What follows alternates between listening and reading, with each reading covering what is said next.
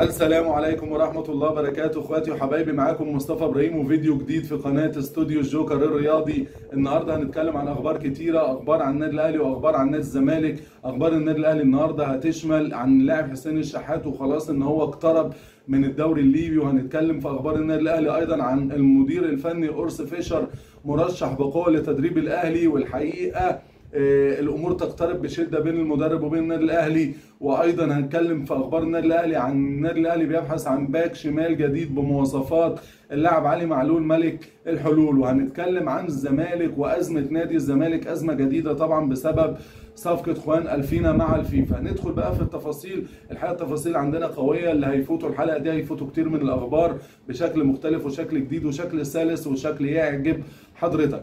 ندخل في التفاصيل. الاهلي عنده طبعا خبر تقيل جدا عن اللاعب حسين الشحات. اللاعب وصل له عرض رسمي من نادي الاتحاد الليبي، والمفاجاه ان النادي الاهلي مرحب برحيل اللاعب. الموضوع مش غريب الحقيقه، لان حسين الشحات في الفترة الأخيرة ما كانش داخل حسابات الجهاز الفني طبعا بقيادة ريبيرو، مع وجود لعيبة كتير في نفس مركز اللاعب حسين الشحات، وبالأخص اللاعب زيزو اللي انضم جديد للفريق. هيبقى مكانه صعب جدا جدا ان هو يحافظ على مكانه داخل تشكيلة الفريق. وكمان النادي الليبي عارض على حسين الشحات راتب حوالي $1,000,000، مبلغ كويس جدا مع كبر سن اللاعب. اعتقد فرصة انتقاله تفوق ال 80%. المفاوضات دلوقتي ماشية كويس جدا، والاتفاق المالي قرب يخلص. يعني ممكن نسمع خلال ايام الاعلان الرسمي عن انتقال اللاعب حسين الشحات للاتحاد الليبي، وده بيفتح سؤال كبير ومهم جدا. نتمنى من حضراتكم تردوا عليا في الكومنتات. الاهلي محتاج يسيب حسين الشحات دلوقتي، ولا كان ممكن يستفيد منه الفترة القادمة لحد نهاية الدوري؟ مستني رأيكم في الكومنتات طبعا. نيجي بقى للحدث اللي عامل جدل كبير بين الاهلاويه من ساعه ما سمعوا الخبر ده. المدرب السويسري طبعا أورس فيشر، مدرب قوي جدا، مدرب سيرته الذاتيه رهيبه، مدير فني يا جماعه يليق بالاهلي فعلا. اللي حصل ان مدرب حراس المرمى في الجهاز المعاون للمدير الفني اسمه مايكل، الراجل ده عمل متابعه لحساب النادي الاهلي على موقع انستجرام. خطوه بسيطه بس منه قلبت الدنيا على السوشيال ميديا. الناس كلها قالت يبقى المدير الفني فيشر هو المدير الفني وهو المدرب الجديد للنادي الاهلي. والحقيقه ان اداره النادي الاهلي بالفعل فتحت خط مفاوضات معاه، لان النادي الاهلي ضيق قائمه مرشحين وهو من ضمنهم. والنادي الاهلي بيستطلع رايه في تدريب الفريق بعد ما مشوا طبعا خوسيه ريبيرو في انتظار راي المدير الفني، وهو الاقرب من وجهه نظري.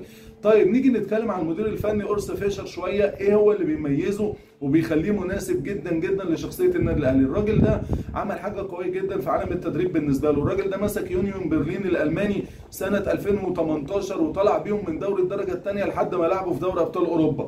ده انجاز للمدير الفني، يعني طلع بيهم من الدرجه الثانيه ولعب معاهم دوري ممتاز، خد مركز كويس، دخل بيهم دوري ابطال اوروبا. يعني مش مدرب بيجي يطفي حريقه ويمشي، مش مجرد ان نادي عنده ازمه يجي يشيله من كابوته ويمشي، لا ده مدرب مشروع للسنين اللي جايه. يعني مدرب خد فرقه من كابوته في الدرجه الثانيه ولعب بيه دوري ممتاز، خد مركز كويس ودخل دوري ابطال اوروبا. المدير الفني ده بيعرف يبني فريق ويخلق هويه كرويه واضحه جدا، وده اللي الاهلي محتاجه فعلا في الوقت الحالي. مدرب بيقود مشروع طويل المدى، مش بس موسم واحد. دي الحاجه اللي بتميز المدير الفني. بنسبه كبيره هيكون هو المدير الفني القادم للاهلي، والاعلان في الغالب هيكون بعد مباراه القمه. المدير الفني ده طريقه لعبه مناسبه للاهلي، علشان هو بيلعب بخطتين 3-4-3 و3-5-2. وطبعا دي كانت طريقه مين؟ الساحر الاسطوره مانويل جوزيه مع النادي الاهلي. والمدير الفني ده فاز بالكاس والدوري السويسري مرتين على التوالي مع نادي بازل السويسري. لعب في حياته الكرويه المهنيه 500 مباراه كمدير فني، كسب 240 وتعادل في 125 وخسر 130 مباراه. ده مدرب قوي الشخصيه جدا جدا جدا، والحقيقه ده انا مبسوط بيه عموما ان هو هيقدر على كم النجوم الكبيره اللي موجوده في الاهلي. دي حكايه المدير الفني أورس فيشر من البدايه لغايه تفاوض النادي الاهلي معاه. مدرب كويس جدا، السي في بتاعه قوي جدا، وهقول لحضراتكم هو فعلا يليق بالنادي الاهلي، وده مهم جدا للنادي الاهلي. ايه رايكم بقى؟ هل فيشر ده هو فعلا المدير الفني اللي الاهلي مستني يبني بيه مشروع جديد؟ هستنى راي حضراتكم في الكومنتات وتتجاوبوا معايا، وهتجاوب مع حضراتكم واشوف ارائكم وهكون ارد ومتابع معاكم باستمرار. في ملف تاني عن النادي الاهلي. النادي الاهلي زي ما حضراتكم عارفين من بعد رحيل لاعب علي معلول، النادي الاهلي جاب الحقيقه اللاعب محمد شكري من سيراميكا، ولكن النادي الاهلي ابتدى يدور على ظهير ايسر جديد.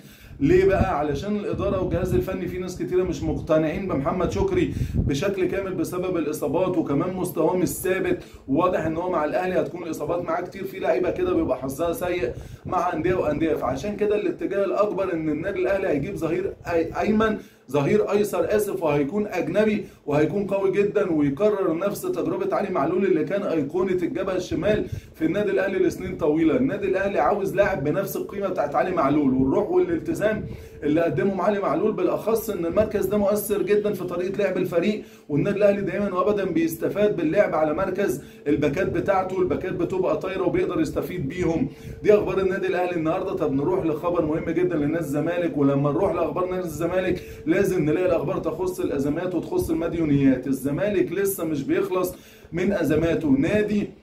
النادي الاوكراني اللي كان فيه اللاعب، طبعا لاعب النادي الزمالك خوان الفينا، طلع واشتكى نادي الزمالك. الحقيقه القصه ابتدت لما اللاعب اتنقل للزمالك، بس الفلوس ما اتدفعتش، بقى لها مده تقريبا داخلين في شهر الزمالك ما دفعش الاقساط او الفلوس اللي عليه.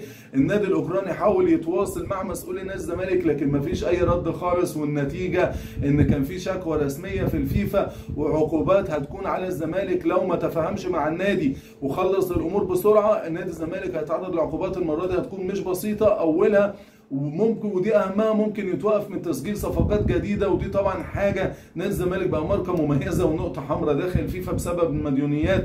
ولو الموضوع اتاخر اكتر من كده ومفيش سداد ممكن الزمالك يوصل لخصم نقط من رصيده في الدوري المصري، ودي مشكله كبيره هتواجه نادي الزمالك. فيا ريت نادي الزمالك يتفق مع النادي ده ويقدر يخلص القضيه. يعني القصه ممكن تتحول من مجرد تاخير فلوس لازمه بتهدد موقف الزمالك في الدوري، ودي طبعا هتبقى مشكله كبيره جدا للزمالك وجمهور الزمالك. سؤالي ليكم هنا، الزمالك ازاي هيقدر يتصرف في وسط كل القضايا الماليه اللي اصلا متراكمه عليه من لاعبين ومدربين وانديه ثانيه؟ هل الزمالك هيقدر يخرج من الازمه دي من غير ما يخسر نقط؟